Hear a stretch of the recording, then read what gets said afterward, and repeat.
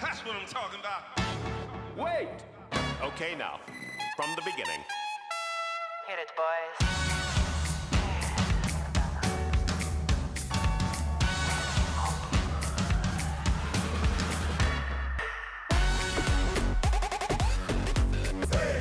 That'll rock this place. That'll rock this place. Rock this place. Rock this place. Rock this place.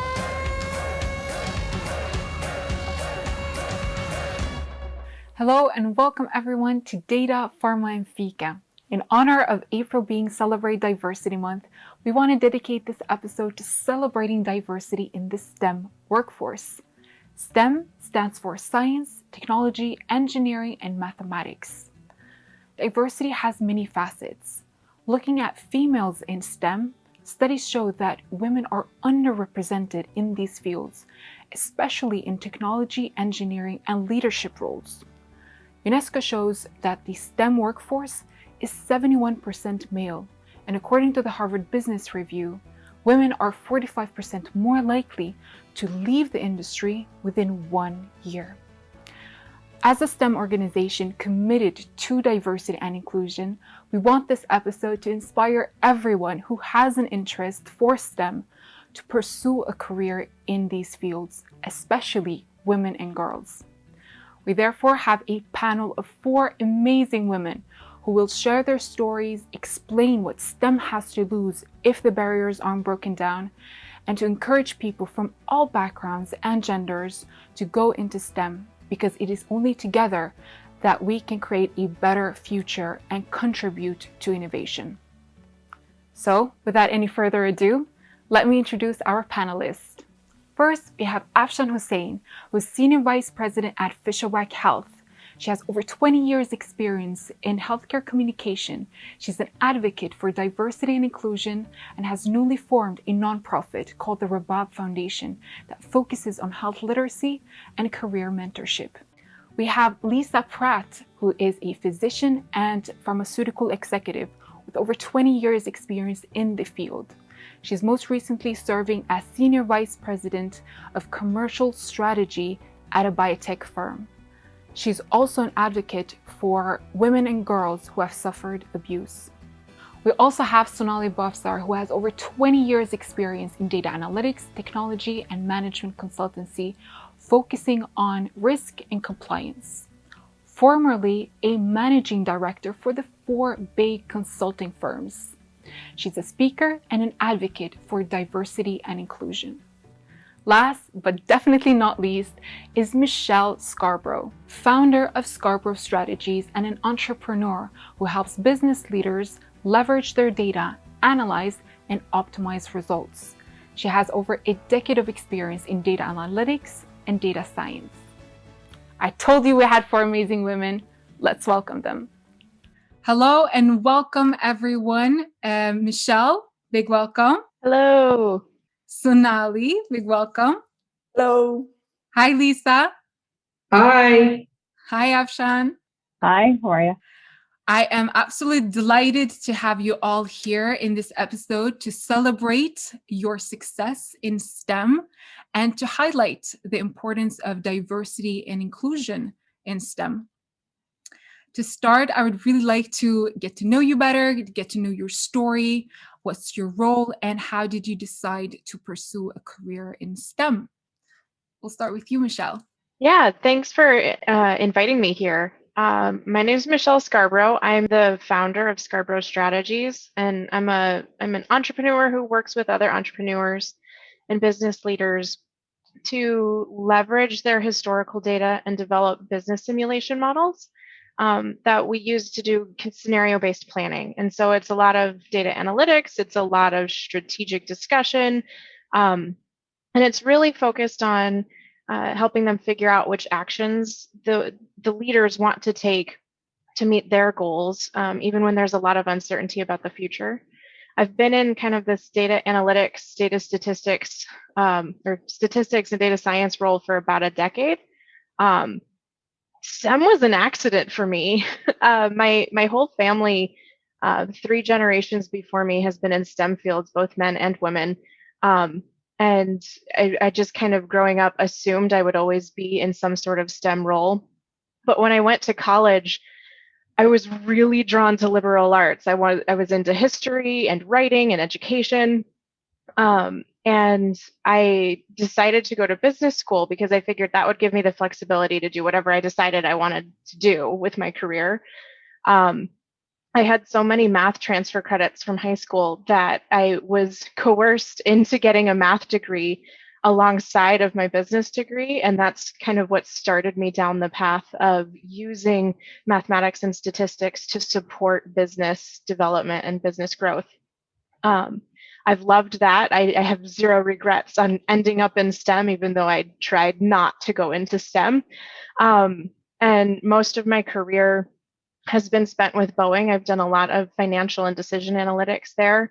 I've developed corporate training programs for statistics, specifically geared towards how to use statistics in finance.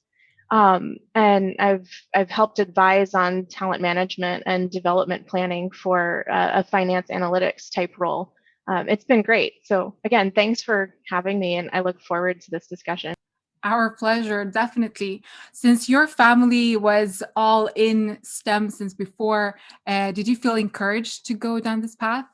Oh, totally 100%. I think I shocked my family when I said I absolutely will never become an engineer, because that was in my blood, was to be an engineer, or a computer scientist or something in that space. And I started to. I was really into web development and computer programming right up until I took my first programming class, and I hated it.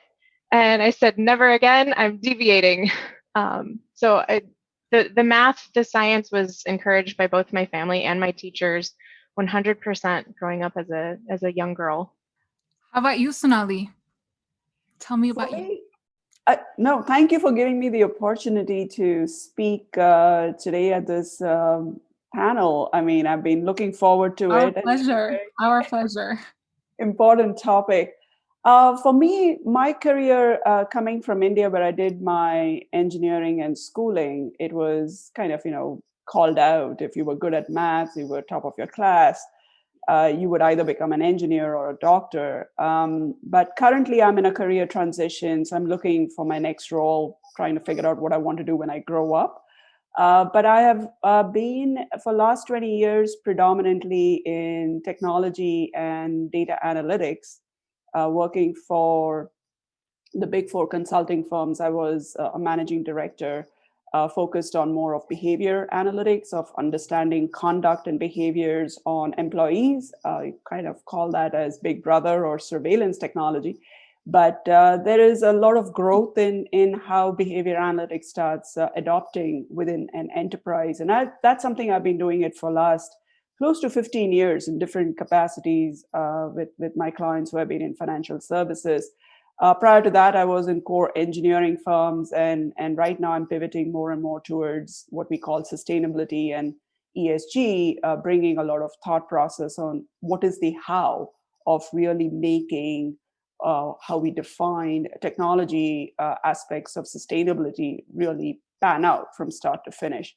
So for me, STEM was kind of an organic, natural growth. My dad was a very senior nuclear engineer in India. My mom was kind of pioneered by my dad to actually do her bachelor's and master's later in education. So for me, it was like I had to, get my master's at minimum, if not a PhD.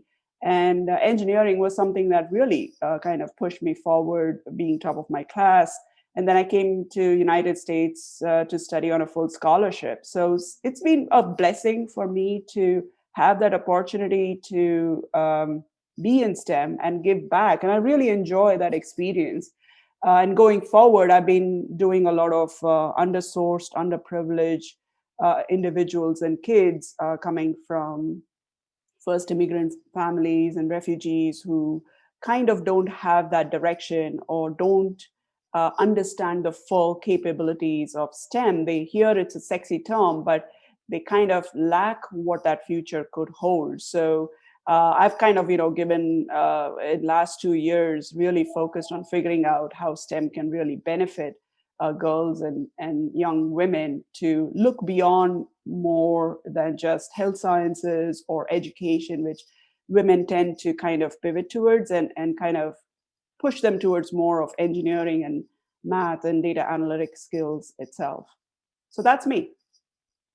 Feels like you found your calling when growing up. STEM really suits you. Lisa, tell me about you. Tell me about what pushed you to pursue a career in STEM. Sure. I mean, I think I'm going to carry on a theme here, which is parenting and family, and teachers, especially as a young girl, right? And I was given lots of atta girls, when I was taking chemistry in high school or biology. And so that became a really good motivator for me.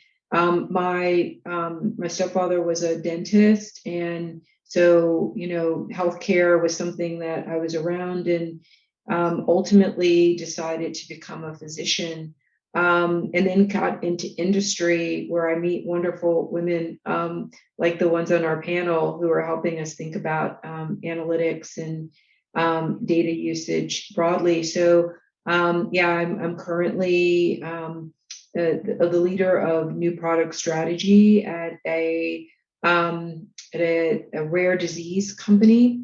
I've been in pharma for over 20 years in both the development side as well as the commercial side. Actually, I have to stop and say, 30 years. My gosh, I've been in commercial for 20 years. So it's been a really joyous ride. And I just think so much of it is about ensuring that young women and certainly minorities, I'm Black American, that they are presented with the wealth of opportunities. I went into medicine, but that was kind of like just a thing. I mean, it's like, as a Black person, well, you're smart, you become a doctor or a lawyer. But there's this whole world out there of opportunity for kids who have an orientation towards math and science.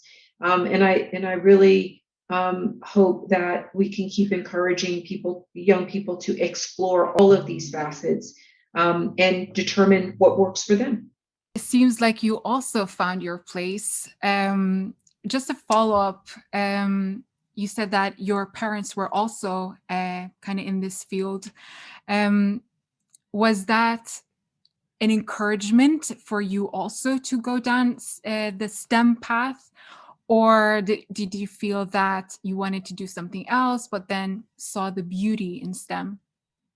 Yeah, I think it was the latter. So I was a kid who did well in math and science, but wanted to be a writer. So much like Michelle, I did major in science in undergrad, but I took a lot of literature classes. And I think that's really come back to help me especially as I went into the commercial aspects of a health tech business, because communication is so critical. And so I learned some very valuable skills there as I went along. So there was definitely a pivot, but all of it served me well. Really great to hear. Afshan, hi, welcome. Hi, Tell me thank about you. yourself. So happy to be here. You know what's so funny? I'm listening to Sonali, I'm listening to Lisa, I'm listening to Michelle, and there are so many parallels in our lives. So I also, daughter of two immigrants, my father was a chemist, and from a very young age, it was ingrained in me that I was going to be a doctor. I am not a doctor. A few things happened. I got to college and I realized that I'm very creative and I have a business mind. And then something else happened. My mother, unfortunately, got ill. She was diagnosed with breast cancer and she was in clinical trials for Taxotere. And that changed the trajectory of my life. I decided that was what I wanted to do. I wanted to be a part of the organizations that bring medications to the people that need them. And my mother was very much all about helping those in need. So the mantra for my life, like my purpose now in life, is to serve the underserved. And that's where my focus, like Lisa, I'm focused in rare disease. I'm currently Senior Vice President of Client Service at Fishwack Health, which is a global medical communications agency, but I focus on commercialization of rare disease products. And it's sort of my way of helping underrepresented communities. And again, what Lisa was saying about the exposure, like for young people to understand that it's not just doctor, lawyer, engineer, right? There are a lot of other things in STEM specifically. And for me to be able to find my niche where I'm serving the underserved, I am bringing rare disease products to market, and I'm involved in the science that I love, but I can still tap into my creative side. For that reason, part of my D&I initiatives include a mentorship program and an ambassador program, so that young students can learn about different ways for them to bring together their skills and find the perfect match for them. I am so happy that you all have found a passion in STEM, but we all know that women are underrepresented in these fields. Were you often, Afshan, the only female in your course studies or in your workplace? No, interestingly enough. But it's probably because I went to a women's college within a co-ed university. So I will share an anecdote with you because I grew up like these other ladies. My father is a chemist, very much. He worked in hospitals. He used to take me to the lab with him. There was never a question of whether or not I could be in STEM. When I got to college, same thing. The women I was surrounded with, top of their class, very advanced women. A lot of them were sort of doctor, lawyer, engineer, like one of those three tracks. But there was an instance where we had shared classes, like the women's college and the full university were across the street. We had all shared classes. And I remember one of my first friends in school, he was in my bio class, my first year, and he made a comment to me. I said, "Oh, are you in this class because of schedule or whatever?" He said, No, I just wanted to take a class on the women's side because they would be easier." I'm sorry. What are you saying? What are you talking about? Because it never even occurred to me that anyone would think that. That was not the case in my house, in my family, in my, high school years, certainly not in my college. So that stuck with me, and the pettiness of my satisfaction when he did not do as well as all of the other women in the class, I will admit, it sort of proved a point for me. Just because you're a man doesn't mean you're going to perform better in certain courses. And it certainly doesn't mean that our coursework is going to be any different than yours. So that was a really fun experience. But I do think that that commentary made me much more aware. I had no idea that was even a thing. And then I go into the industry and then I do realize I do tend to be the only woman. I'm certainly the only woman of color. So that's been very eye-opening. And again, one of the reasons that I try to send the elevator downstairs and bring more women of color up. Has it been easier being the only woman of color in a workplace, or harder? It's challenging because you feel this sense of responsibility to educate others. They asked me, right, as the only woman of color, I was asked, "Can you help us? We want to be better." So I had to appreciate that the organization saw a need, saw value in hearing and elevating someone's voice where it might not have been in other organizations and other places. So very appreciative of that. At the same time, there's a burden, and you don't want the burden of education to be on you because you've got a full-time job to do, right? You're trying to be a leader. You're trying to fulfill all of these other obligations. But one of my colleagues said to me, "Well, if you don't do it, and it doesn't get done, how will that make you feel?" And I said, "Okay, fine. The emotional blackmail, fine. So I took it on, but it's been a passion. Like I said, serving the underserved is a passion for me. And it's actually been incredibly rewarding. So while it might be challenging, I also am cognizant that I am one of the privileged minorities. So yes, I'm a woman of color, but there are stereotypes for South Asian women. People assume that we're good at math, we're good at science. So I haven't had those same obstacles as other women of color. So I have to be sensitive to that as well. Lisa, what has your experience been? Have you been the only female in a workplace or in school? very similar to Afshan. I'm seldom the only woman, but for gosh, almost the entirety of my career have been the only Black woman.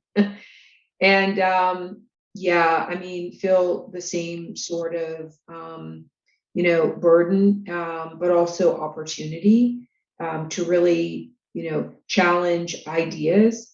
There's a little bit about it that's it's a little bit strange because unfortunately, Black women don't have the same, at least, advantage of people thinking, oh, you're good at math or science, or, and so when people find out I'm a doctor, it's almost like I'm an oddity, right? I think less than 3% of doctors are Black women. So it's like, wow, you must be really smart. so, so I get a pass on lots of stuff, I think, but the fact when I look around that there are so few women that look like me, also leads me to really care a lot about how we're educating the next generation and how we're kind of feeding the funnel, right? That pipeline, and where do people get stuck? And in my experience, people get stuck in a couple of different places. First, expectations in high school, where a lot of this starts. And then, of course, family background, probably start with family background, impoverished situations in some cases. Then you go to high school, maybe it's okay, maybe it's not. Then you get to college, and that pervading sense that I'm less than, or like the guys are smarter than me, so maybe I shouldn't do this, maybe I should stay in my lane. Then if you make it through all of that, then you get into perhaps a corporate world that says, wow, there aren't that many people like me around. What can I do? Am I really good enough? So there's a lot of doubt that can come with that. My family really erased all those doubts. Like, of course you will do these things. Of course you will be successful. So I had maybe kind of a different experience than a lot of people. So I feel my privilege a lot. I'm very privileged. I've been very, very fortunate, as have my daughters. So my goal is, when I'm encountering that doubt, is to help people along and mentor them and let them know that, everyone around you has doubts. It's like, don't worry about it. And let's talk it out and help them keep going. You do pinpoint something which is very important. It is to have a very great support system around you, because no matter what hurdle you have in front of you, you can tackle that head on. Michelle, have you been the only female in school or in the workplace? I would say I've never really been the only. In college, I was probably the only freshman in some of my classes, but I've always been at least in a group with other women represented. There were definitely times where there were like 5% of the environment was female and the rest was male. But I never felt like that was a challenge. And to me, STEM was just so natural. It was easy. I never felt discouraged or singled out at any point in my life. But I will say, kind of a similar experience to Afshan. In college, one of my first classes I took was a women in business class. And we talked about, our professor introduced the concept of the glass ceiling and talked about the sticky floor. And it was the first time I'd ever heard of such a thing. And that was probably the first time like my front brain said, holy crap, there might actually be a gender gap. I don't think it had really occurred to me before that to worry about that. And then when I started my professional career, I was more struck by the diversity in age. The company that I was working with had my group that I hired into had kind of two primary demographics, and it was old white men and young females. And there were a few people in between, but they were kind of like off in their own little world. So I was struck by the fact that when most of my colleagues would talk about their children were older than me. And so I struggled with that a little bit early in my career because I felt very singled out being the person with the math background who was younger than most of my colleagues' children, teaching my colleagues how to use statistics and math to improve their own careers and their statement of work. So I've struggled probably a little bit more with that age diversity than with that gender diversity that I think would be more relevant. I assumed would be more relevant. So. There are many facets to diversity, so age is definitely one of them. What about the experience finding a job? Sonali, this is very relevant for you since you are transitioning now to another position. You're trying to find out what your next dream is, what you want to do when you grow up. How has that experience been for you? It's funny. I just got one of my 6th rejections just before coming on this call, after going through 6 rounds of interviews over last 4 months. But I would say as you get more senior, it is difficult. And it's getting even more tougher. More and more I see diversity being more of a lip service and less of really doing or making a difference. The candidate pool is still people don't know, it's still very automated and they want to find a match. The jobs are released much after, they have already found the candidate. So it's more of a formality. So it's a discovery more for me because my background has been kind of, very attractive in a way that I never looked for a job. I always got invited to come and join the firms from IBM to HP to KPMG. And it was always going up one level. And that kind of, for right now, what I'm seeing is a little different mindset. And I believe more and more women probably are feeling that glass ceiling as they are trying to transition from where they are today, especially in post-COVID world, to saying where they need to transition out. I mean, you can, put a lot of factors into it with the economy, the crisis that we are seeing across the globe, funding model, etc. But what I want to kind of convey is just be true to yourself. It's a tough road, especially if you are in a career transition. And I was one of the victims of COVID restructuring. So I was asked to exit out of the firm.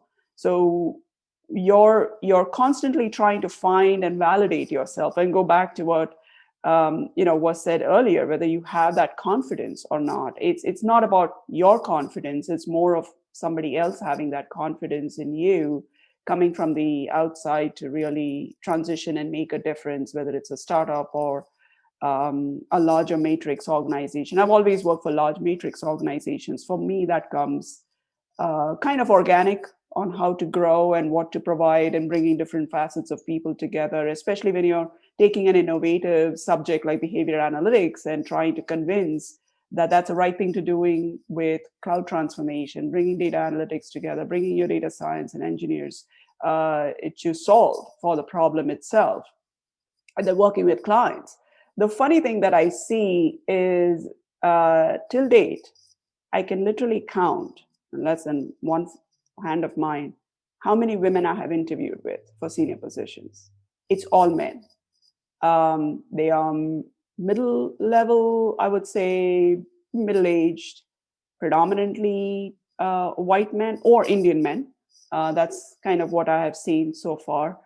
But it has been a very interesting experience, at least for me to kind of validate and understand what the journey of diversity is going to look going forward.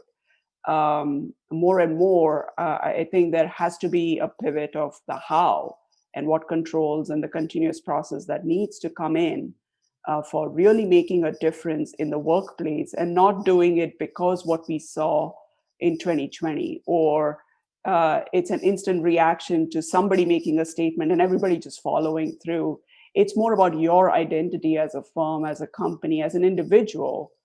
Anybody who's doing people management it's critical that you understand the aspect of what is that definition of inclusiveness. And I see diversity more as an umbrella, and inclusivity, mentorship, keeping your resiliency, patience, a lot of the soft skills that we take for granted to be really core. And inclusivity has a different definition depending on who you talk to. So it's more of a mindset and avoiding that groupthink, but it's more of going in the direction of how you're going to adopt, in the true sense, diversity. And I guess probably I gave a much longer answer than what you asked for, but I kind of see a pattern emerging as we come out of COVID going forward, what diversity would mean for each one of us, especially women of color, and women just growing within an industry in the STEM area itself. You went into my next question, actually, with the definition of diversity. Has the COVID period changed, made a little pivot in your definition of diversity? I certainly do. I believe that it has made a pivot in the positive direction, where the awareness for diversity is less of a lip service, it's more of action. But it is going to be critical to keep that gas pedal on and keep marching forward from a definition of diversity. In my point of view, the way I look at it, it's beyond gender, beyond color, beyond religion, your value system. It's more about your mindset, and bringing that agree to disagree mindset and avoiding that groupthink in decision making, where you're all gathered towards a common goal, is what really diversity really means, to be appreciative about it. And till we don't break that barrier of being truly inclusive, I think we are going to have that continuous challenge on making diversity center stage and making it effective down the road. Michelle, what is your definition of diversity? Is it kind of the same as Sonali? Has your definition of diversity changed over time? My understanding of diversity has definitely transformed quite a bit over my lifespan. I agree with Sonali 100%. Everything you said, 3 cheers. I grew up in a very small white town, USA, and I can actually count on one hand the number of non-white students that were in my high school. My high school had over 2,000 students. So when I was, and we grew up in the age of talking about affirmative action in college and having quotas and things like that. It was like debate topics in our school. For me as a kid, my definition of diversity was having the right number of people at the right levels of an organization. And unfortunately, I think that's how a lot of people still see diversity. But to Sonali's point, it's about so much more than just having the representation. It's about fostering that inclusion and that belonging. And this is something I've been educating myself around quite a bit, especially in the last couple of years, but over, I'd say, the course of my career. One of my really good friends just recently used a metaphor to explain some of this concept to another group of people, and I've latched onto it. It goes something like this: diversity is about having a mix of people in the dance hall. Inclusion is about being asked to dance, and belonging is about being asked to dance when you already know the steps. And it's just such a poignant metaphor that it really illustrates where things tend to break down. Is we can put as many people of color, of gender, of religion, of whatever type of diversity you want at any level of an organization, you can put the people there. But until you foster the right environment for them to flourish and for that diversity of thought to become part of your decision-making process, part of your talent management pipeline planning, until it becomes fully inclusive and people feel like they belong there without being the only or having that, well, you're diverse, so you have the responsibility to go educate everybody else. I think until these roles stop standing out, we have not achieved diversity. And so, yeah, my definition of diversity has definitely changed quite a bit as I've matured and grown as a professional in the industry. Why do you think diversity is important? What are the benefits of having a diverse workplace or group? I think diversity of thought, and it doesn't matter what drives that diversity of thought to me. That diversity of thought, I think, is one of the most critical components to making good decisions as a company. It's critical to the organization and for a talent pipeline, but to me, that decision quality really stands out. I've been a long proponent or a long advocate for using this concept called decision quality. It's actually a field of study. And one of the pillars around that philosophy is the idea of finding creative, doable alternatives for a path forward. That means having a diverse set of alternatives to choose from when you're making a decision about the path forward for whatever you're doing in life, be it a business decision, a personal decision, what have you. Truthfully, I don't think you get those creative, doable alternatives to choose from unless you invite diverse thought, unless you invite diverse perspective, and unless you invite discussion and conflict. One of the best ways to reach a really good decision as a business, as a leader, as a parent, is to invite people to debate their point of view and share their perspective and their opinions, and to really work through what are the weaknesses of all of the ideas that are on the table that you're deciding between. Until you get kind of that clear perspective of your idea is good, but here's some downsides to it, you're not going to be able to find the best, most optimal path forward for you. And I think I really, really strongly believe that diversity of all kinds is one of the big things that helps you get to that point of having those creative options to choose from as a company. Really good points you're making. Afshan, what is your take on this? What is your take on diversity and the benefits of diversity? Well, I echo what Michelle was saying about the diversity of thought, but I do want to clarify that we're talking about diversity, not equality, not equity, not inclusion. When you ask about diversity, it's what other folks are bringing to the table, and there's a difference between visible diversity and invisible diversity. We don't know from looking at a person what their path was to get us where they are, right? So I use this philosophy when I cast a team. I'm not looking at what the person looks like or where they grew up. I'm looking at the way they approach problems. So exactly what Michelle was saying about solutions. The best solutions come when you bring a group of people to the table that all have a completely different perspective or approach. So I actually leverage the foresight thinking preferences a lot. And it's this philosophy that there are 4 different ways of approaching the creative problem solving process. You clarify the problem, you ideate on what the solution should be, then you develop that solution, and then you implement that solution. And every person has 1 or 2 of those 4 steps that they enjoy the most. So when I'm casting a team, I'm looking at making sure that I've got 1 of each category represented, because if I have just a clarifier, like, okay, this is the problem we have to solve, and then that's it. I need somebody who's going to brainstorm, and then somebody who's going to help refine that solution, and then an implementer. I tend to be the implementer, full transparency, getting them to the process. Like, how are we going to get this done, right? So it's that intangible, it's that invisible level.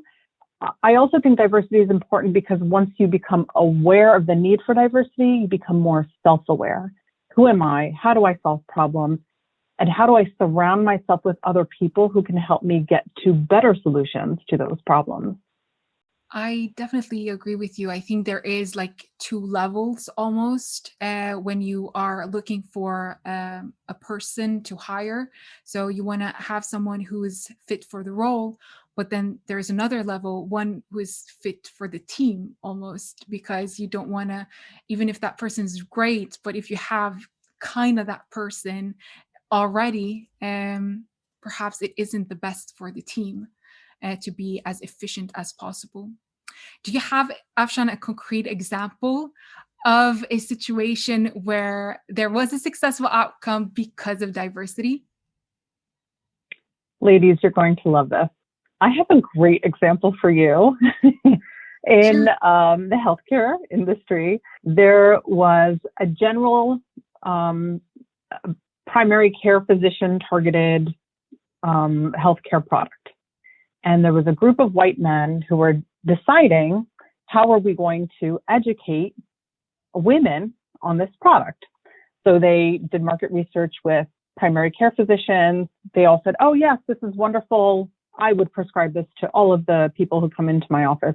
Then they interviewed lots of women. They said, yes, a great product. I would use this. I think it would be very helpful. But then they launched the product and there's no uptake. And they couldn't figure out why. Then they brought in women like me. And we looked at the interviews, we looked at the product, said, yeah, that's great. But why are you talking to primary care physicians? Like the one other woman that they tapped in, we sort of looked at each other. I said, do you see a primary care physician often? She's like, barely. I said, do you? I said, not really. Who do you see? So I go to my OBGYN. Like, me too. So it was like, if they had just asked us, if they had just had women at the table, they would have known and they would have saved themselves a lot of heartache trying to educate women and physicians. They were targeting the wrong types of physicians for the education. So, of course, they course corrected. It just, if they had had that diversity thought from the get-go, it wouldn't have taken all of that extra effort to solve their problem. That was a funny example, actually. This was part 1 of Diversity in STEM. Thank you so much for listening to this important conversation, and stay tuned for part 2.